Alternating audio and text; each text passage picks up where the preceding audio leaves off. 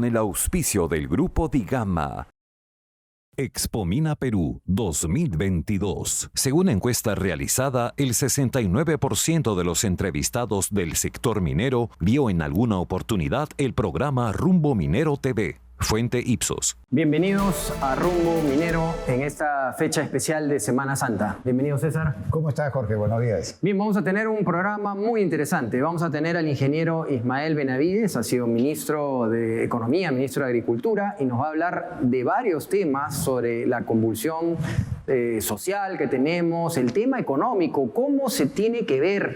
¿Es verdad que solamente los factores exteriores nos están afectando o es un poco también del manejo del gobierno? Vamos a ver ese tema, César.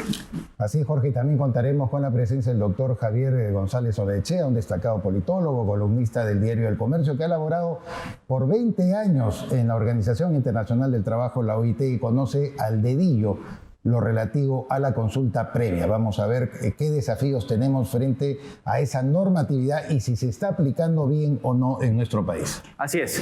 Así que ahora vamos con el programa. Empezamos con las principales noticias mineras de la semana.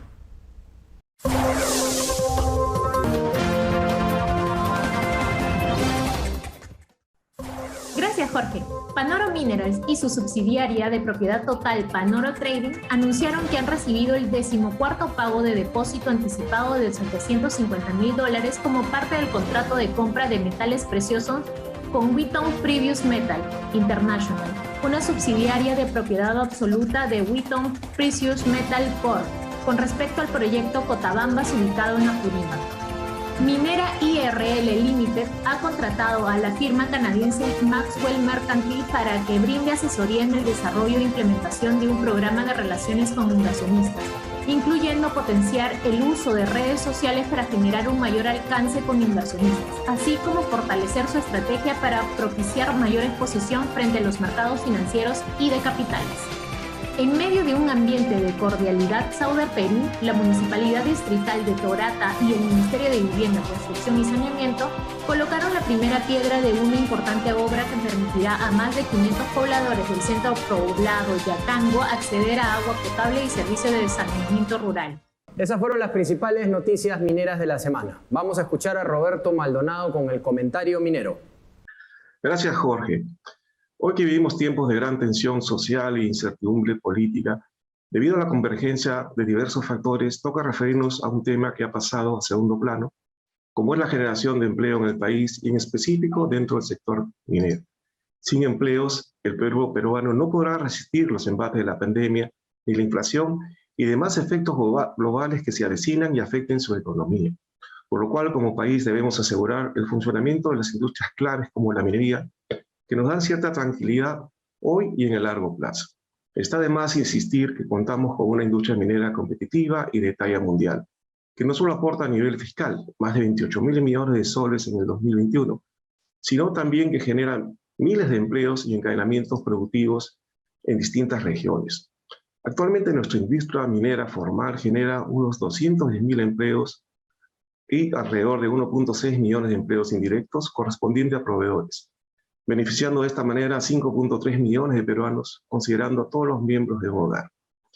Estamos hablando de unos 7 millones de peruanos, el 22% de la población, una cifra considerable y que podría aumentar si tenemos la firme voluntad y claridad de poner en marcha nuestra cartera de proyectos mineros, estimada en 56.000 millones en la presente década.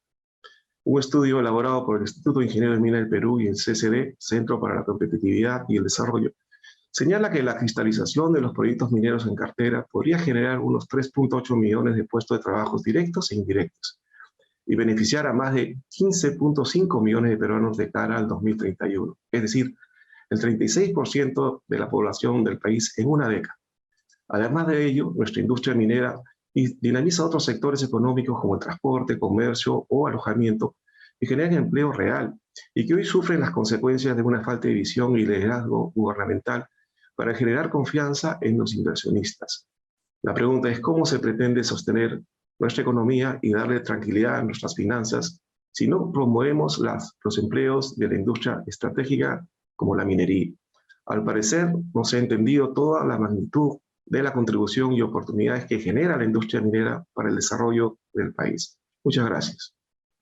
Muchas gracias a Roberto Maldonado por el comentario minero de la semana. Bien, como habíamos anunciado, ahora nos encontramos con el ingeniero Ismael Benavides. Él es, como sabemos, exministro de Economía, exministro de Agricultura, entre otras posiciones que ha tenido. Vamos a hablar con él sobre la inestabilidad política, económica, social y el futuro de las inversiones mineras.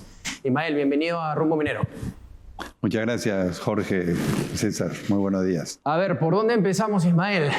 La situación, la verdad, es muy complicada. Estamos viviendo momentos realmente no solamente de convulsión, sino de una ineficiencia sublime, ¿no? Realmente por donde se ve se ha colocado diversas personas que además no tienen idea del trabajo que tienen que realizar en los ministerios. ¿Cómo ves las cosas, para empezar, con respecto a todo este tema de la economía, el tema social que estamos viviendo y el ataque al sector minero? Bueno, yo diría no es ineficiencia, sino es incapacidad e incompetencia del gobierno para enfrentar las situaciones. El Perú está en un momento justamente que podríamos aprovechar los altos precios de los minerales, del cobre, del zinc, de la plata, del oro, para justamente financiar nuestro desarrollo, financiar la infraestructura que necesitamos, financiar mejor nuestra educación y nuestra salud, pero el gobierno ha sido incapaz de primero formular un plan de gobierno coherente y después de armar equipos de gobierno. Hemos tenido 50 ministros, cada cual más impresentable que el otro. Este es el cuarto gabinete. Y por supuesto se han dedicado a favorecer, a colocar en puestos a sus allegados y a sus amigos y correligionarios y no a poner gente competente en los puestos. Por ahora, eso que estamos quería interrumpirte, perdón, César. Un tema importante. El gobierno está tratando de decir que, y lo está repitiendo por muchos lugares, que toda la culpa la tiene la guerra, pero vemos otros países que se han preparado, otros países que han dicho, ok, viene este problema y vamos a prepararnos con ciertas... ¿Qué tanto hay de verdad y en qué medida tiene responsabilidad de no haberse preparado el gobierno para lo que ya se veía venir? Mira, evidentemente la guerra entre Ucrania y Rusia ha exacerbado los problemas, pero ya venían las situaciones complicadas. No te olvides que el precio del petróleo a fines del 2020, principios del 2021, estaba en $40 y ha venido subiendo. Tú ves la tendencia creciente y por supuesto ahora que con la guerra ha pegado un salto adicional. Igual los commodities, la gran demanda de alimentos que se generó después de la pandemia, especialmente con China, con India. La China pues superó la peste porcina y están dando de comer a millones de cerdos, que es su alimento favorito. Y todo eso empezó a generar un alza en el precio de los commodities. Después hubo el tema de los fletes. Los fletes marítimos pues se han triplicado o cuadruplicado justamente por ese exceso de demanda y por las congestiones en los puertos debido al COVID. Entonces había una serie de factores que se veían venir y hay países que se han adelantado. En Europa vemos pues que han eliminado impuestos a los combustibles. Países como Polonia están viendo de bajar el IGB. De manera que se ha podido prever claramente que estas situaciones venían. Más aún el Perú siendo un país importador de combustibles, de trigo, de maíz, de soya, que son los principales commodities alimenticios para los peruanos. Aún así, Ismael, hemos tenido algunos reflejos de crecimiento, muy pobres ciertamente, que el gobierno ha tratado de aprovecharlo casi como si fuera una acción inercial de ellos, cuando en realidad son los fundamentos macroeconómicos que tiene el Perú y sobre todo, por lo menos un acto positivo de haber ratificado al frente del ente emisor a Julio Velarde, nombrar un directorio adecuado, es decir, para que la política monetaria no sufra tampoco ningún impacto. Pero lo que sí estamos padeciendo es la falta de decisión en inversión. Y hablando justamente, el BCR ha estimado de que la inversión minera se va a contraer de todas maneras. ¿Cómo podemos revertir esta situación? Porque no se puede seguir haciendo propaganda a base de lo que justamente los fundamentos macroeconómicos han permitido generar como dinamismo. Exactamente. El Perú tiene una relativa solidez fiscal. Hoy día, curiosamente, tenemos un superávit fiscal. El gobierno está lleno de dinero. Hay 102.000 millones de soles en el sistema financiero peruano, de depósitos del Estado, incluyendo el Banco de la Nación y el Banco Central. Tenemos un superávit comercial. Tenemos una inflación que, si bien es importante, no va más allá que la inflación europea o norteamericana. Entonces, está la mesa puesta como para tener una buena gestión macroeconómica. Pero ¿cuál es el ingrediente que falta? La inversión. La inversión es aquello que genera trabajo, genera posibilidades de desarrollo y para que el Perú crezca. Pero el estimado de crecimiento este año es 2.5% y cayendo. Y la verdad que cada vez más se alejan las inversiones por las acciones o inacciones o las propias mentiras del gobierno, porque dicen que vengan los inversionistas, pero cuando se encuentran con esto, ¿no? Ahora, tenemos 63 proyectos muy importantes que vienen, pero como tú bien dices, ¿qué inversionista que no tiene bien trazadas las reglas del juego, qué inversionista va a querer venir o poner en práctica, ya poner en marcha su proyecto, si tenemos de parte del gobierno el corredor minero nunca se ha interrumpido tantas veces y tan seguido? Tenemos hasta problemas en Antamina, ¿no? O sea, problemas en Cuajones. Ni siquiera se puede ir a hablar con la población para que dejen de cortar el agua de una manera inhumana a la gente. Entonces, ¿cuál sería tu mensaje hacia este gobierno, a pesar de que está haciendo las cosas como las está haciendo? Porque ¿qué va a pasar con esos 63 proyectos si seguimos maltratando a los proyectos que tenemos ya en marcha? Yo creo que no va a haber inversión. El Banco Central ya lo ha anunciado, excepto inversión marginal, pues, para mantener proyectos andando o abrir nuevos tajos o cosas por el estilo. O proyectos que ya están por iniciarse, tipo Quellaveco. Pero nuevos proyectos de cierta significación, hasta que no haya ciertos signos de estabilidad, yo creo que no van a haber. El Perú tampoco es el único que tiene depósitos de cobre. Hay muchos otros sitios que tienen cobre y que con estos precios, muchos de esos depósitos que antes no eran tan viables, ahora se van a volver viables. Y si tienen buenas condiciones, estabilidades en las reglas del juego y que el inversionista pueda tener una visión a largo plazo, ahí se van a ir las inversiones, no van a venir a Perú. Entonces, yo creo que el gobierno, mientras no cambie su enfoque y su lenguaje y su comunicación, evidentemente no va a traer inversión. Y sobre todo que haga caso a recomendaciones como la del Fondo Monetario Internacional, que haya señalado claramente que los gravámenes de la carga fiscal sobre la minería ya es lo suficiente. Así es. Y es muy competitiva. Es muy competitiva, muy alta.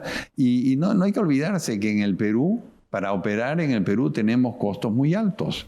Tenemos los costos de infraestructura, la infraestructura no es muy buena, tenemos situaciones como las Bambas, pues que paran y reinician y todo eso es costosísimo operar, costos de seguridad que no tienen en otros países, en fin.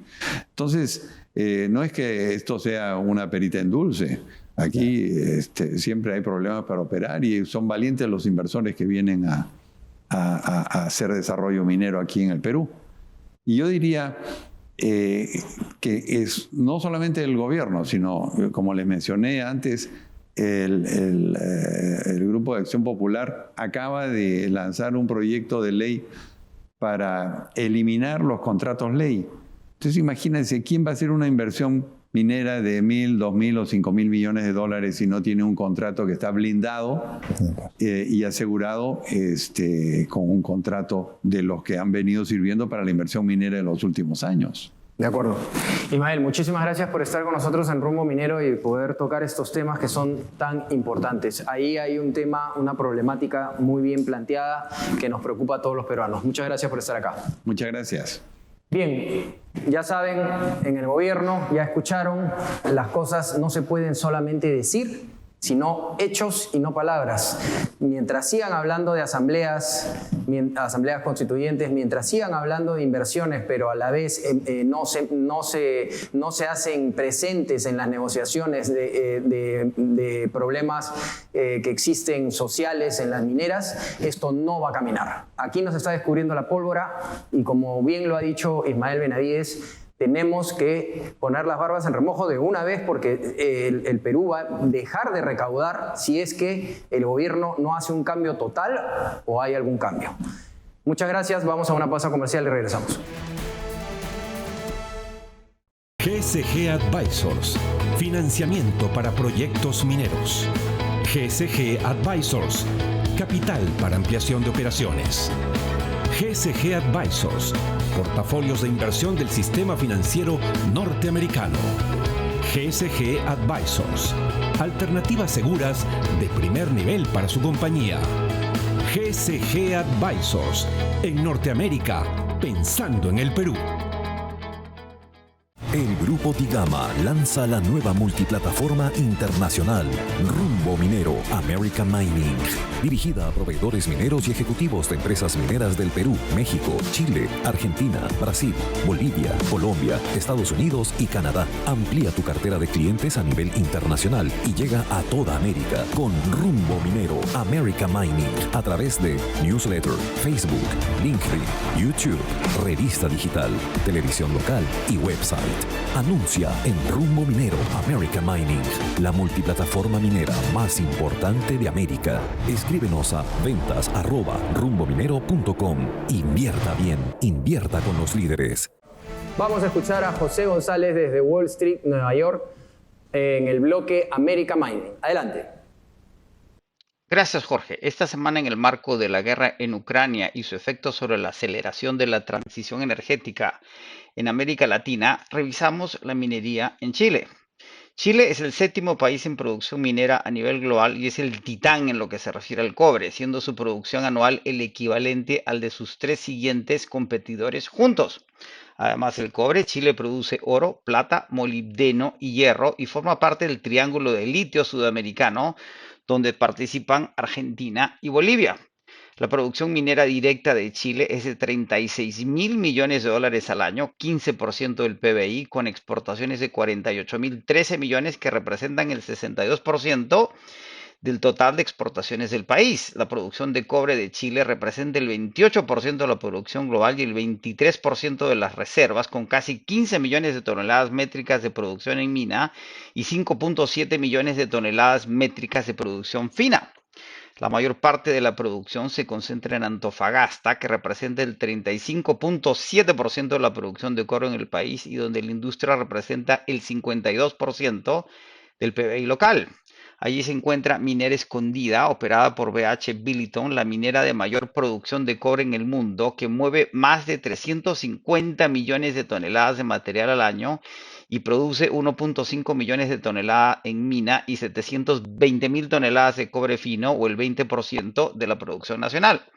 La industria emplea a 710.000 personas, 200.000 directamente y 510.000 indirectamente, que laboran para 106 empresas mineras y 3.184 proveedores. Entre sus principales compañías mineras están Codelco, Soquimich, Antofagasta PLC, CAP SA y Enami. El régimen fiscal minero chileno es específico, progresivo y nacional, y la actividad minera tiene una regulación nacional y local, competitiva y medioambientalista. A pesar de su dinamismo y activa participación privada, la minería en Chile enfrenta riesgos en el mediano y corto plazos. Por un lado, según Cochilco, las operaciones actuales de cobre reducirían su producción en 31% hacia el 2031, demandando de nuevos proyectos que compensen las limitaciones de reposición y expansión. Por otro lado, la Convención Constitucional, actualmente en proceso de elaborar la nueva Constitución, está proponiendo en comisiones la nacionalización del cobre y el litio y la plurinacionalidad e interculturalidad del Estado, que afectarían la propia naturaleza de las industrias extractivas en el país. Nos vemos la próxima semana en Rumbo Minero desde Nueva York. Muchas gracias a José González por este enlace desde Wall Street, Nueva York, para el bloque American Mining. Bien, como habíamos anunciado, nos encontramos ahora con Javier González Olaechea. Él es un politólogo internacional peruano, experto en tema de consulta previa, uno de los temas que estamos tratando de difundir en el programa desde hace muchos años para que la gente entienda cuál es la naturaleza, qué es lo que se quiere hacer con el tema de la consulta previa. Bienvenido, Javier, a Rumbo Minero. Muchísimas gracias, Jorge, por la invitación, y a César también. Buenos días. Javier, por favor, para que podamos entender todos los peruanos, ¿cuál es la naturaleza de la consulta previa y cómo se aplica? Ok. La consulta previa es una institución creada con la adopción del Convenio 169 de la OIT sobre pueblos indígenas y tribales. Es un mecanismo previsto en esta Constitución que, conforme fue constituido, para ser aplicado a las comunidades ancestrales. Y el convenio define, ratificado por el Perú, que las comunidades ancestrales son aquellas que habitaban antes de los procesos de conquista. ¿Correcto? Antes de los procesos de conquista. De manera que es un mecanismo previsto para consultar si hay eventuales daños que se pudieran avisorar cuando se emiten normas administrativas, leyes, o cuando se producen procesos de extracción de recursos naturales, sea de petróleo, sea de minería o cualquier otra naturaleza, forestación en general. Es obligatorio aplicar el mecanismo de consulta previa, pero no tienen los pueblos consultados capacidad de veto. Y esto es importante subrayarlo. ¿Y en el Perú cómo está funcionando, Javier? ¿Se está aplicando de una manera adecuada? Porque hemos encontrado muchas observaciones a la forma como el Estado, llámese gobierno central en particular, procede a interpretar qué cosa es consulta previa. Mira, yo te podría contestar de esta manera, César. Estuve 20 años en la OIT y 8 años a cargo del Departamento de Normas Internacionales, o sea, del Tratado, del Convenio 169 y de otros en la región, de manera que el análisis o la respuesta es comparativa. En el Perú, cuando se ratificó el convenio, o sea, se nacionalizó este instrumento en el año 94, correcto, en la presidencia del presidente Fujimori, después recién se instrumentalizó con la ley de consulta previa, aprobada por unanimidad y por el Congreso. Esta ley es absolutamente disfuncional y ha permitido que lo que se aplica en el Perú está muy mal aplicado, mal concebido, y además se trafica mucho con el convenio porque vamos a decir, se engaña a las poblaciones en general, diciéndole que tienen tales y cuales derechos cuando no les asisten, en algunos casos, y además se ha creado una suerte de arquitectura absolutamente disfuncional. Hay más de 15 instituciones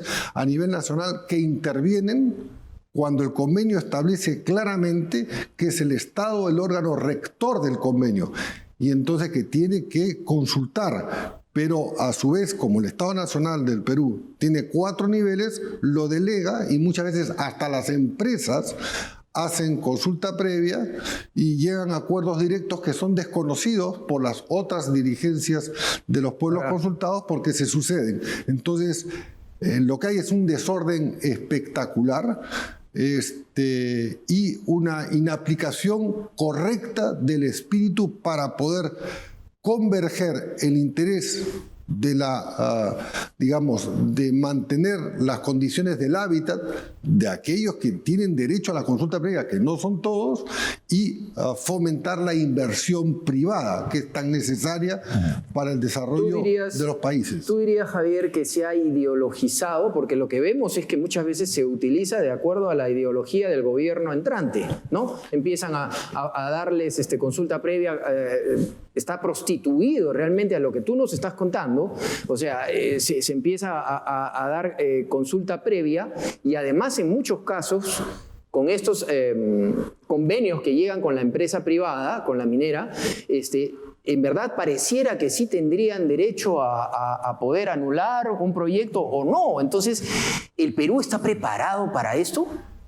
Con la arquitectura legal que tiene y la arquitectura institucional, evidentemente no solamente no está preparado, sino que contribuye a lo que tú has mencionado, que es, tú hablaste de prostitución, yo preferiría usar otra palabra, pero en todos casos, en términos comparativos, porque yo he trabajado 8 años en la región, en el Departamento de Normas Internacionales, y he sido el referente del convenio en otros países, el nivel de politización e ideologización de la consulta previa es inmensa. Es más, se presta hasta para chantajes.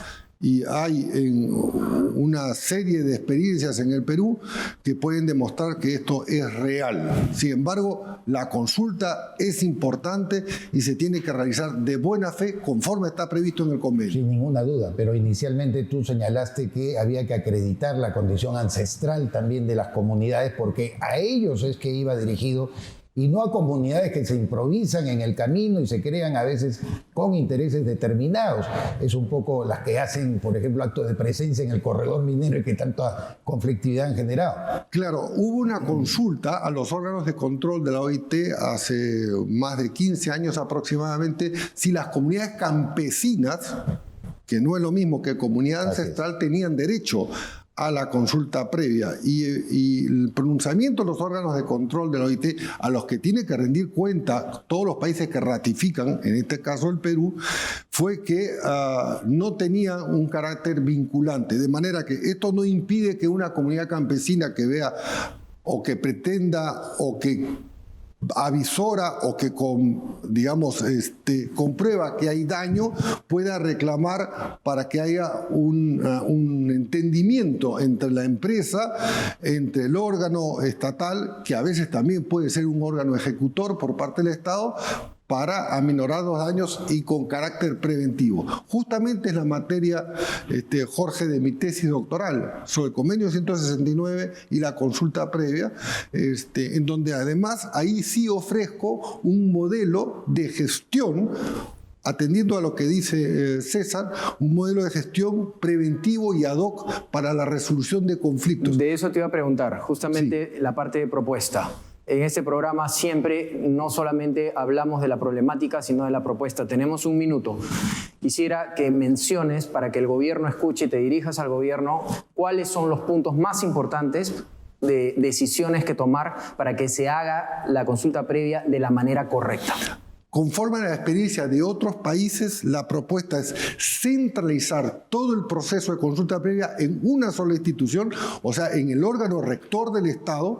En este caso yo propongo la ANCOPE, la Autoridad Nacional de Consulta Previa, que tenga rectoría y que no se divida en 15 instituciones que participen y que además verifique la ancestralidad como primer paso, con todos los procesos modernos de geolocalización, etnohistoria y demás. Y después seguir un curso, un recorrido que está en la propuesta metodológica, que es adaptable a cualquier estadio, en cualquier parte del mundo de donde se ha avanzado o no la consulta previa. La propuesta está escrita, se puede legislar sobre ella. Yo sé que hay autoridades en el Congreso interesadas de buena fe para conocer la propuesta y en todo caso disponible para exponerla con detalle y objetivamente. Muchas gracias por estar en Rumbo Minero, Javier. A ti, Jorge, a ti, César. Bien, antes de ir a la pausa, decirles, ahí tiene el gobierno una propuesta de un ciudadano que ha hecho un trabajo para hacer una propuesta que se puede revisar y para el bien de todos los peruanos. Acordémonos que a nadie le conviene que se hagan las cosas ideologizadas, hechas a medias. Se está haciendo una propuesta concreta por parte de Javier González Olaechea, así que ahí tiene el gobierno una propuesta que puede Jorge, ¿me permites adelante? Un suplemento nada más? Si nosotros solucionáramos gran parte de los problemas de los conflictos sociales aplicando este modelo, posiblemente podríamos crecer 5 a 7 puntos adicionales del PBI, logrando el desarrollo nacional en no menos de 15 años. Mientras estemos ordenados por parte del gobierno, y acá hay una buena propuesta, podemos crecer muchísimo. Pausa comercial y regresamos. El sector minero será el motor de la recuperación económica del Perú este 2022, con la ejecución de 7 proyectos mineros por $4.417 millones. Y la revista Rumbo Minero America Mining es su mejor herramienta para hacer negocios con este sector en el Perú y ahora en 7 países de América. Según una encuesta realizada por Ipsos, el 49% considera que Rumbo Minero America Mining es la revista líder del sector minero y un 61% considera que es una excelente herramienta para la toma de decisiones. Pregunte por nuestros beneficios multiplataforma y obtenga el paquete de publicidad más completo para su empresa, ahora con llegada a nivel internacional. Escríbenos a ventas@rumbominero.com. Invierta bien, invierta con los líderes. En Rumbo Minero TV damos pase al bloque de proveedores del sector minero. Bien, en nuestro bloque de proveedores mineros queremos presentar a Sergio Mandolesi. Él es gerente de postventa de Distribuciones Diesel del Perú. Señor Mandolesi, bienvenido a Rumbo Minero. Bueno, buenos días con todos. Gracias, señor Benavides. Quería agradecerle por la oportunidad de estar presente en su programa y también agradecerles a los dueños de Distribuciones Diesel Perú por la oportunidad que me brindan. Muy bien. Señor Mandolesi, cuéntenos un poco cuáles son los planes comerciales para el 2022 y qué productos o servicios destacan o son requeridos en este sector minero, ¿no?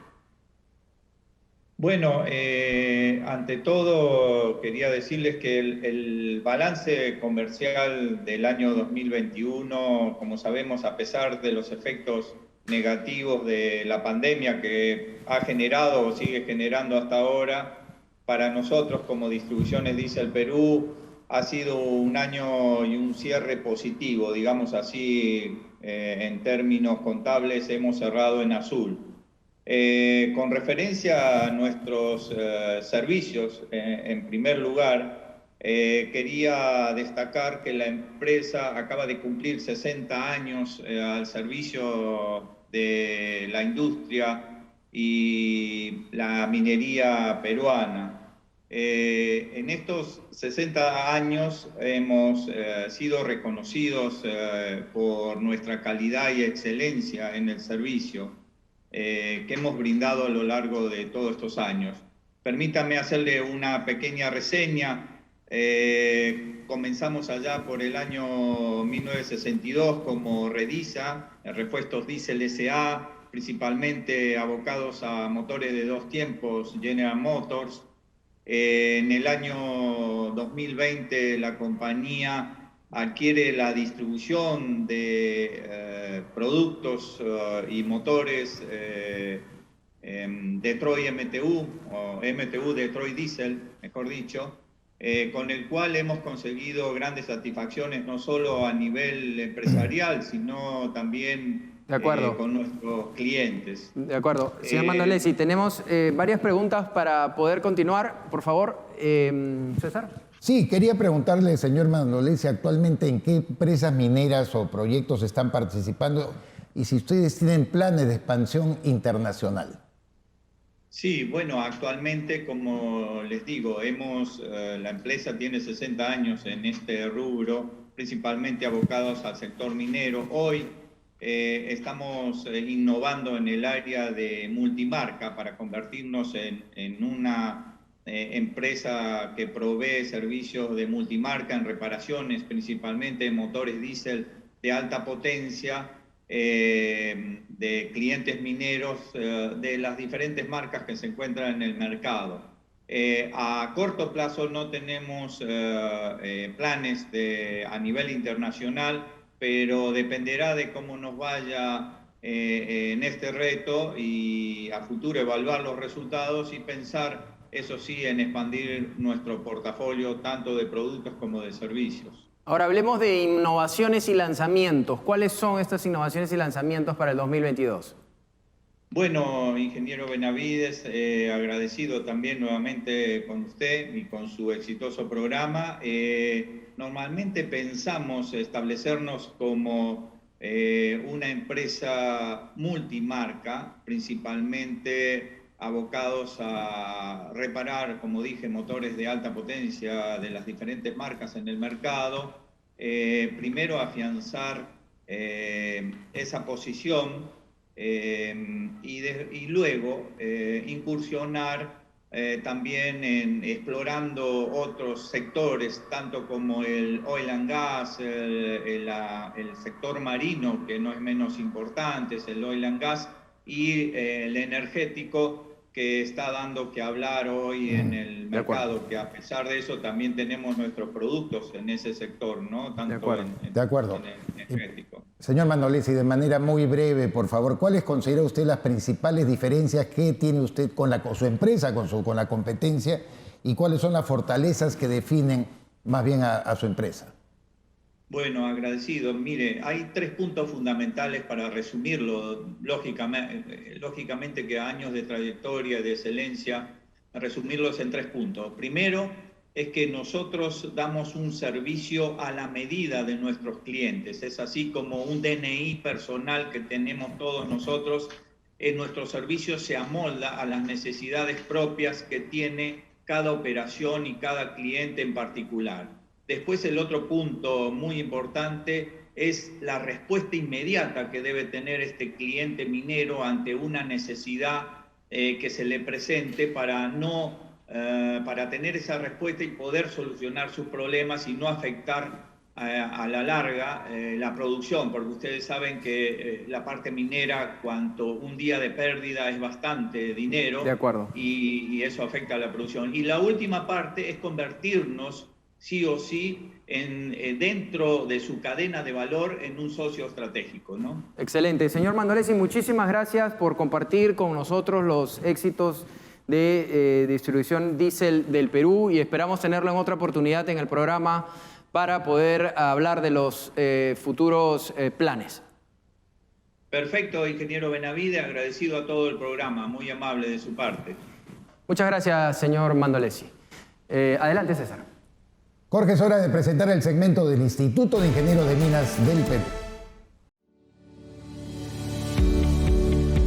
El Instituto de Ingenieros de Minas del Perú cumple 78 años dedicados al desarrollo del sector minero, el país y sus regiones, impulsando el conocimiento multidisciplinario y la innovación tecnológica.